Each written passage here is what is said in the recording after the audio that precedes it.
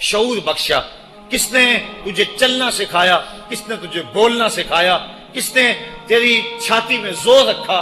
آج تو کڑیل جوان ہے، آج دولت کے انبار تیرے پاس ہیں، آج تو چودھری ہے، آج تو خان صاحب ہے، آج تو بہت بڑا عالم ہے، آج تو مفتی ہے، آج تو پیر ہے، آج تو منسٹر ہے، آج تو ناظم ہے، آج دنیا تیری باج گزار ہے، آج تیرے دماغ میں وہ قوت رکھ دی گئی کہ دنیا کو تو انگلیوں پہ نچا رہا ہے۔ ذرا پلٹ کے دیکھنا پیچھے، ذرا پیچھے لوٹ کے تو دیکھ، تو چار پائی کے سہارے بھی چلنا نہیں جانتا تھا، پھر تجھے چار پائی سے چلنا سکھایا، پھر تو نے چلنا، اور چلتا تھا 2 قدم تو گر پڑتا تھا۔ ذرا ماضی کی طرف پلٹ کے دیکھ، اور تو بھول گیا رب کو جس نے تجھے اتنا کچھ دیا۔ چل ماضی کی طرف پلٹ کے نہیں دیکھنا، مستقبل کی طرف ہی جھانک کے دیکھ لے۔ ایک وقت پھر دوبارہ تیرے اوپر ایسا آئے گا، پھر تیری بولتی بند ہو جائے گی، پھر تیرا چلنا بند ہو جائے گا۔ چار پائی سے لگ گیا، مورے میں تکلیف ہو گئی، تو فالج زدہ ہو گیا۔ سارے گھر والے 4 دن تو بڑی خدمت میں لگے رہے، لیکن انہوں نے اپنے کام بھی تو کرنے تھے، پھر آہستہ آہستہ تجھے اگنور کرنا شروع کر دیا۔ تو بھی اس بات کو سمجھنے لگا۔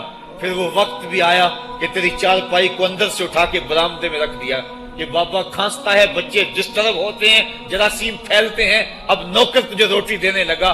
شام کو بیٹا آتا ہے، 2 لمحے کھڑا ہوتا ہے، پھر اپنے بیڈ روم میں چلا جاتا ہے، تو اس کی صورت کو ترستا رہتا ہے۔ آج تیری زندگی اجیرن بن گئی، پھر تیرے اوپر ایسے حملے بیماریوں کے ہوئے، ایسی تکلیفیں ہوئیں، بول و براز بھی اوپر، لوگ ناک پہ کپڑا رکھ کے تجھے اٹھاتے ہیں۔ اس وقت تو اپنی زندگی سے تنگ آ گیا، تو کہتا ہے ڈاکٹر کو لگا زہر کا ٹیکہ، مجھے موت آ جائے۔ بتا ہم تجھے موت بھی نہ دیتے تو کیا کرتا؟ ہم نے تجھے زندگی دی تھی، یہ ہمارا احسان، اور اب تمہیں موت اگر دیں گے تو یہ بھی ہمارا احسان ہے۔ اگر تو تڑپتا تھا، تیری زندگی جو ہے وہ اجیرن بن چکی تھی، سارے تجھ سے تنگ آ گئے تھے، تیرے بیٹے بھی کہتے دعا کرو اللہ بابے کو پردہ دے دے، سارے تیرے پردہ مانگ رہے تھے، اب بتا کہ ہم تجھے پردہ بھی نہ دیتے تو کیا کرتا؟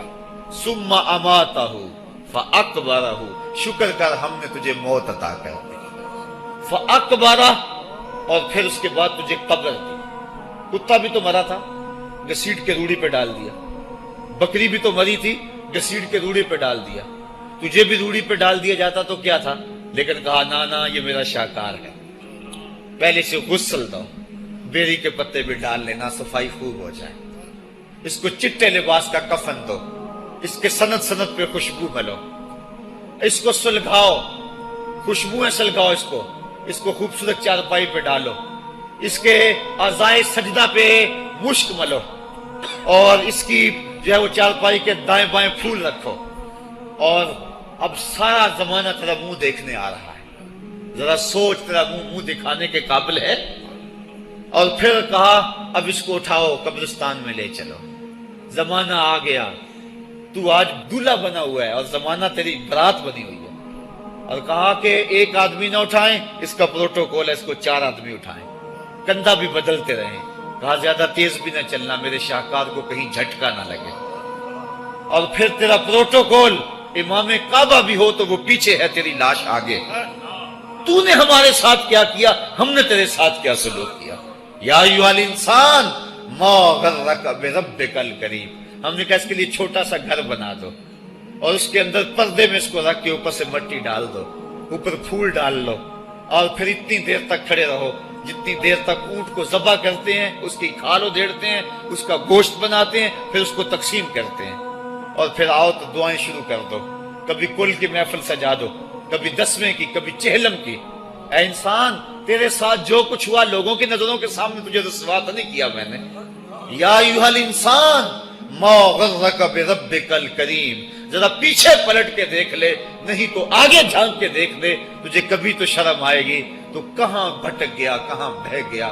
آ جا اس کریم رب کی طرف جو 70 ماؤں سے زیادہ پیار کرتا ہے۔ آنا تو نے ہے ہی، آج نہیں تو کل آئے گا، تو کل جو پھر کفن میں منہ چھپا چھپا کے آتا پھرے گا، آج کھلے منہ ہی آ جا۔ آج میری رحمتیں تیرا بڑھ بڑھ کے استقبال کر رہی ہیں۔ روبی بن حراش ایک بزرگ ہوئے اور تابعی ہیں، تابعی وہ تھا جس نے صحابی کو دیکھا ہو، ساری زندگی ان کے چہرے پہ مسکراہٹ نہیں آئی، وہ کہتے تھے کیا خبر میرا انجام کیا ہوگا۔ شیخ سعدی فرماتے ہیں جب تو دنیا پہ آیا تھا نا تو روتا تھا، یہ سارے ہنستے تھے، بچہ جب پیدا ہوتا ہے تو اور اس کا رونا اس کی زندگی کی دلیل ہے. جب تک بچہ چیختا نہیں سارے پریشان ہوتے ہیں، آواز نہیں آ رہی، پتہ نہیں زندہ ہے کہ جو ہے وہ گوشت کا لوتھڑا ہے. جب بچہ چیختا سارے خوش ہو جاتے ہیں، مبارکیں دیتے ہیں، مٹھائیاں بانٹتے ہیں. تو اس کا رونا اس کی زندگی پہ دلیل. شیخ سعدی فرماتے جب تو آیا تھا تو روتا تھا، یہ ہنستے تھے. ایسے زندگی گزار تو ہنستا ہوا جائے، یہ روتے رہ جائے. یہ نہ ہو کہ روتا آیا تھا روتا ہی جانا پڑے تجھے. ربی بن حراش ساری زندگی نہیں مسکرائے. فرماتے تھے کیا خبر میرا انجام کیا ہوگا. وقت بیتتا گیا، آخر میں فوت ہو گئے. ان کا بھائی ربی بن حراش غسال کو بلا لایا کہ میرے بھائی کو غسل دو. غسال جب غسل دینے کے لیے داخل ہوا تو فوراً باہر پلٹ آیا. ربی پوچھنے لگا کیا ہوا ہے؟ کہا یار تیرا بھائی بڑا عجیب ہے. کہا ہوا کیا ہے؟ کہا نحنو نغتسلہ وہو یتبسم، ہم اسے غسل دیتے ہیں وہ آگے سے مسکراتا ہے. کہا اس نے قسم کھائی تھی جب تک اپنا اچھا انجام نہیں دیکھوں گا نہیں مسکراؤں گا. اس کو امام ابو نعیم نے حلیہ میں لکھا، روز الانف کے اندر امام سہیلی نے لکھا، قاضی ایاز مالک اندلسی نے شفا میں لکھا، اور اسی کو امام جلال الدین سیوطی علیہ رحمہ نے جو ہے وہ الخصائص الکبریٰ میں لکھا. کہا یا تیرا بھائی بڑا عجیب ہے، ہم اسے غسل دیتے ہیں وہ آگے سے مسکراتا ہے. تو اس نے قسم کھائی تھی جب تک اچھا انجام نہیں دیکھوں گا نہیں مسکراؤں گا. آج اس نے اپنا اچھا انجام دیکھ لیا تبھی تو مسکرا رہا ہے. 12 لوگوں کے 2 گروہ بن گئے.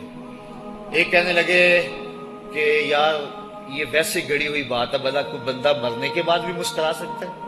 ایک گروہ کہتا ہے یار بندہ بڑا اچھا تھا، ہو سکتا ہے کہ مرنے کے بعد مسکرایا ہو. زندگی تو اس نے دکھ سے گزاری لیکن بعد میں تو سکھ ملا ہوگا. اتنے میں انہیں غسل دے دیا گیا اور لوگ اکٹھے ہو کے ان کے گھر آ گئے. انہیں کفن دے کے پٹڑے پہ ڈال دیا گیا. ربی بن حراش نے جب لوگ باتیں کر رہے تھے، کوئی کہہ رہا تھا صحیح ہے کوئی کہتا ہے غلط تھا، تو اس نے کفن سے ہاتھ باہر نکالا اور لوگوں کو کہا السلام علیکم. لوگوں نے کہا وعلیکم السلام اتتکلم بعد الموت، عجیب بات ہے مرنے کے بعد باتیں کر رہے ہو. قال نعم اتکلم بعد الموت، کہا ہاں ہاں میں مرنے کے بعد ہی باتیں کر رہا ہوں. عرش فرش تے بانگا ملیاں تے مکے پہ گیا شور، بلے شاہ سا مرنا نہیں تے گور پیا کوئی ہور.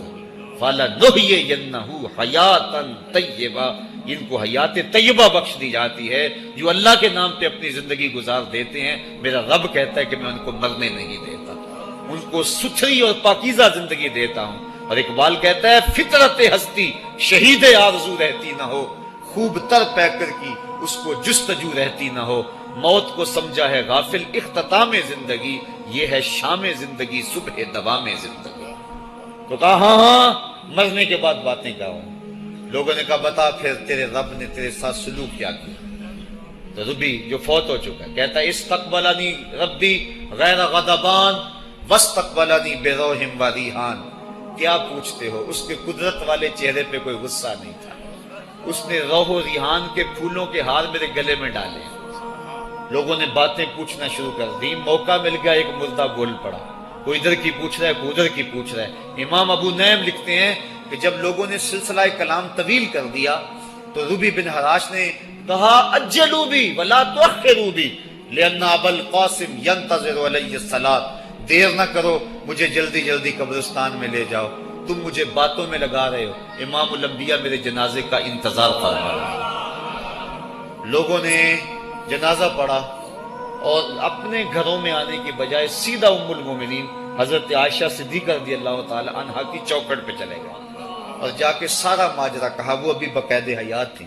کہا ایک آدمی نے مرنے کے بعد یوں باتیں کی ہیں، آپ اپنی رائے بتائیں کہ یہ کیا ہو سکتا ہے. تو ام المومنین رضی اللہ تعالی عنہا نے فرمایا تم کیوں پریشان ہو گئے ہو، میرے سرتاج آقا فرما گئے ہیں کانا رجل من امتی یتکلم بعد الموت، میری امت میں ایسے مرد بھی ہوں گے جو مرنے کے بعد باتیں کیا کریں. تو وہ لوگ جنہوں نے اپنی زندگی اللہ کے نام لگا دی اور اس کے ذکر کے نام لگا دی، وہ مرنے کے بعد بھی ابدی اور سرمدی زندگی پاتے ہیں. اور جو لوگ اللہ سے بے بہرہ ہیں، اس کی خشیت سے جن کا سینہ خالی ہے اور دین کا چراغاں جن کے سینے میں نہیں ہے، وہ چلتے پھرتے بھی مردہ ہیں. ان کے سینے میں دھڑکتا ہوا دل تو ہے لیکن تمانیت کا نور اس میں نہیں رکھتے ہیں. وہ دھرتی کے اوپر چلتے تو ہیں لیکن دھرتی کا بوجھ ہیں. لیکن یہ لوگ وہ دھرتی کی چھاتی میں ہیں لیکن دھرتی کا وقار ہے. ان کی قبروں سے بھی زندگی پھوٹ رہی ہے اور ضیائیں پھوٹ رہی ہیں. میں جب بھی کبھی لاہور گیا ہوں تو ایک منظر مجھے اپنی طرف کھینچتا ہے. جب میں دریائے راوی کے اس پار ہوتا ہوں تو میں ایک قبر دیکھتا ہوں جس پہ حسرتیں برس رہی ہیں. وہ بر صغیر کا مطلق العنان حکمران جس کی کے اشارہ ابرو سے ہندوستان کی تقدیر بدلتی تھی، آج چند تاش کھیلنے والی ٹولیاں اس کی قبر پہ بیٹھی ہیں. اس کی محبوب بیوی جو بادشاہ کے پیچھے بیٹھتی تھی اور پردہ پیچھے لٹک رہا ہوتا، بادشاہ کا کوئی فیصلہ اسے ناگوار ہوتا، پیچھے سے وہ کمر ٹھونکتی، بادشاہ فیصلے بدل لیتا. جس کے اشارہ ابرو سے ہندوستان کی تقدیر کے فیصلے تبدیل ہوتے تھے، اس کی قبر بھی ساتھ ہی اندھیرے میں ہے. اور اس کی بیٹی کی قبر کے اوپر زیب النساء کے مقبرے پہ لکھا ہے: بر مزار ماں غریباں، نہ چراغے نہ گلے، نہ پرے پروانہ سوزت، نہ صدائے بلبلے. ہم غریبوں کی قبر پہ کون چراغ جلانے آئے گا، کون پھول ڈالنے آئے گا؟ نہ کوئی بلبل گیت گانے آئے گی اور نہ کوئی پروانہ پر جلانے آئے گا. یہ وہ جو مطلق العنان تھے، یہ ان کی قبر کی کہانی سنائی. اور جب میں دریائے راوی کا کنارہ پار کرتا ہوں تو ایک لوح مزار وہ بھی ہے جہاں جلی حروف میں لکھا ہے: گنج بخشے فیض عالم، مظہر نور خدا، ناک سارا پیر کامل، کامراں را رہنما. جب زندگی ایک طرح کی نہیں ہوتی تو پھر موت بھی ایک طرح کی نہیں ہوتی. جب دنیا پہ رہنے والے لوگ ایک طرح سے زندگی نہیں گزارتے تو ان کی برزخ بھی ایک طرح کی نہیں ہوتی. تو یہ ہیں وہ لوگ جن کی قبروں پہ آج بھی چراغاں ہیں، جن کے نام کا آج بھی تنتنا ہے. 1000 سال گزر گئے، ان کی نسبی اولاد تو کوئی نہیں ہے، انہوں نے شادی بھی نہیں کی تھی، لیکن اس کے باوجود دن کو چلے جاؤ، کڑکتی دوپہر کو چلے جاؤ، برستی بارش میں چلے جاؤ، لمبی رات کی تنہائی میں چلے جاؤ، موسم کی کسی بھی شدت میں چلے جاؤ، حکومتوں کے بدلتے ہوئے ماحول، مارشل لاؤ کی کیفیتیں، جس دور جس حالت میں مرضی جاؤ، آپ کو وہاں میلہ نظر آئے گا، وہاں ہجوم عاشقہ نظر آئے گا. ارے میں گسارو سویرے سویرے، خرابات کے گرد پھیرے بپھیرے، کبھی اس طرف بھی گزر کر تو دیکھو، بڑی رونقیں ہیں فقیروں کے ڈیرے. تو وہ لوگ جنہوں نے اپنی زندگی اپنے مالک کے نام گزاری، وہی زندہ ہیں، وہ سرمدی اور ابدی زندگی پائے ہوئے ہیں. صاحبو، اب میرے اور آپ کے پاس سانسوں کا موقع موجود ہے، ورنہ یہ سانسیں تیزی کے ساتھ پگھل رہی ہیں. میں کل امام راضی کو پڑھ رہا تھا، وہ کہتے ہیں، ایک بزرگ فرماتے ہیں، مجھے سمجھ نہیں آ رہی تھی ان الانسان لفی خسر کی، کہ بے شک انسان گھاٹے میں ہے. تو میں سوچتا تھا کیسے گھاٹے میں ہے، تو کہا کہ مجھے سمجھ اس طرح آئی کہ میں بازار گیا، میں نے ایک شخص کو دیکھا جو پھٹے پہ برف رکھ کے بیچ رہا تھا، اور آواز کیا لگا رہا تھا: ارحمو ارحمو من یذوب راس مالہ، اور رحم کرو اس بندے پہ، اگر تم نے تھوڑی بھی دیر لگا دی اور میرے سے سودا نہ خریدا تو میرا جو راس المال ہے میرا وہ بھی لٹ جائے گا، کیونکہ برف تو میری پگھلی جا رہی ہے، اور اگر تم نے خرید لی میری برف تو میرے پیسے کھڑے ہو جائیں گے، اور اگر تم نے میری برف خریدنے میں دیر کر دی تو جو میں نے پیسے لگائے ہیں میرے وہ بھی پورے نہیں ہوں گے. تو وہ کہہ رہا تھا ارحمو من یذوب راس مالہ. وہ کہتے ہیں مجھے ان الانسان لفی خسر کی سمجھ نہیں آ رہی تھی، اس کے اس جملے کو سن کے سمجھ آ گئی کہ انسان جلدی جلدی اپنی سانسوں کو گوا رہا ہے، اسے چاہیے کہ جلدی جلدی ان سانسوں سے کام لے لے، ورنہ یہ سانسوں کی برف پگھل جائے گی اور اس کی یہ پونجی بھی برباد ہو جائے گی. تو صاحبو، میں اور آپ لمحہ لمحہ موت کے قریب ہو رہے ہیں، لمحہ لمحہ موت کے قریب ہو رہے ہیں. آج میں دوپہر کو بیٹھا تھا تو وہ ایک شخص آ کے میاں صاحب کا شعر پڑھنے لگا: دیگر تے دن گیا محمد، اوڑک نو ڈب جانا. تو میری نظر چلی گئی، میں نے کہا ابھی تو 10 بجے ہوں گے، تو میں نے کہا صبح کے 10 بھی بج گئے ہیں اور پھر 12 بھی بج جانے، پھر ظہر بھی ہوگی، پھر دیگر بھی ہوگی، اور اس کے بعد پھر شام بھی ہو جانی ہے. اب ہم دیگر تک تو پہنچ گئے ہیں، اب شام کے تدلکے بھی قریب ہو گئے ہیں، تو یہ دن ڈوب جانا ہے تھوڑی دیر کے بعد. یہی مثال ہماری زندگی کی ہے. کوئی دوپہر تک آ گیا ہے، کوئی چاش تک آ گیا ہے، کوئی ظہر تک آ گیا ہے، کوئی عصر تک آ گیا ہے، اور کسی کی زندگی کا سورج بالکل غروب ہونے کے قریب آ گیا. صاحبو، پتہ کوئی نہیں کہ ہمارا اگلا قدم کہاں ہے. اس سے قبل کہ کوئی حجت باقی نہ رہے، مجھے آپ کو اپنی زندگی پہ نظر ثانی کرنا ہوگی، اپنے گناہوں کا اور اپنی نیکیوں کا حساب لگانا ہوگا. ایک ترازو تو کل محشر کے میدان میں لگے گا، ایک ترازو ضمیر کی عدالت میں آج ہی لگانا ہوگا. ہمیں دیکھنا ہوگا ہمارے پلے کتنے عمل ہیں اچھے، اور جو اچھے عمل ہیں ان میں خلوص والے کتنے ہیں، لوگوں کے دکھاوے والے کتنے تھے، رب کے لیے کتنے عمل کیے اور لوگوں کے لیے کتنے کیے. تو پھر ترازو لگا کے ہم نے اپنے اعمال نامے کو آج ہی تولنا ہے اور وزن کرنا ہے اور اپنی زندگی کو نیکی کا حسن دینا ہے. وقت کٹ رہا ہے، زندگی لمحہ لمحہ موت کے قریب ہو رہی ہے. قبل اس سے کہ کوئی حجت باقی نہ رہے ہم ہاتھ ملتے رہ جائیں، پچھتاتے رہ جائیں تو کیا فائدہ ہوگا. بلکہ میں نے تو پڑھا کتابوں میں، علماء لکھتے ہیں قیامت کے دن تو نیکوکار بھی پچھتائیں گے. بدکاروں نے تو پچھتانا ہی پچھتانا ہے، نیکوکار بھی پچھتائیں گے. بدکار تو اس لیے پچھتائیں گے انہوں نے اتنے گناہ کیوں کیے، تو نیکوکار کیوں پچھتائیں گے. جب وہ اپنے اچھے اعمال کی جزا دیکھیں گے تو وہ پچھتائیں گے، ہائے جو چند لمحے ضائع ہو گئے وہ بھی کیوں ضائع ہو گئے، وہ بھی میں نے کیوں برباد کر دی، وہ بھی اس راستے پہ ڈالے ہوئے ہوتے.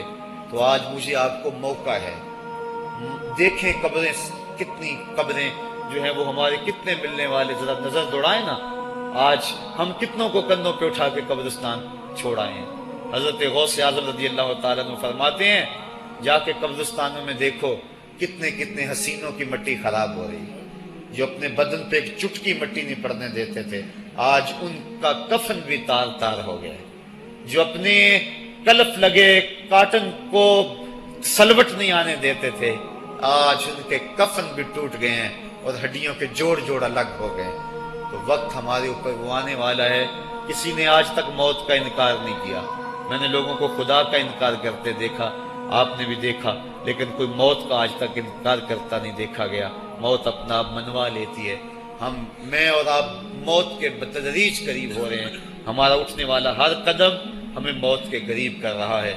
تو قبل اس سے کہ وہ وقت آ جائے اور کوئی حجت باقی نہ رہے اور ہم ہاتھ ملتے رہ جائیں. وقت پر کافی ہے ایک قطرہ بھی آب خوش ہنگام کا، جل گیا جب کھیت برسا می تو پھر کس کام کا. پھر تو پچھتاوا ہی ہوگا.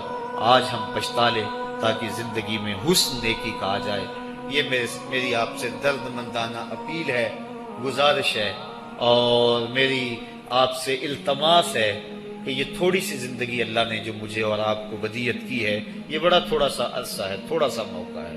یہ دنیا بوائی کا موسم ہے، آخرت کٹائی کا موسم ہے. جو بوائی کے موسم کو برباد کر بیٹھا ہے، کٹائی کے موسم میں اس کے ہاتھ کچھ نہیں لگتا. تو آج تخم عمل ڈال لیں. آج ایک بیج ڈالیں گے، کل 70 کاٹ لیں گے. لیکن اگر آج کچھ نہ کیا، اپنی سانسیں برف کی طرح پگھلا دیں، تو یہ اس شخص کی طرح ہے جو پھٹے پہ رکھ کے برف کہہ رہا ہے کہ میرے اوپر رحم کرو. اگر تم نے میرے سے برف نہ خریدی تو میرا راس المال بھی لٹ جائے گا. ہمارا راس المال سانسوں کی صورت میں لٹ رہا ہے. اللہ مجھے آپ کو اپنی رحمتوں کا حصار عطا فرمائے. وآخر دعوانا ان الحمدللہ رب العالمین.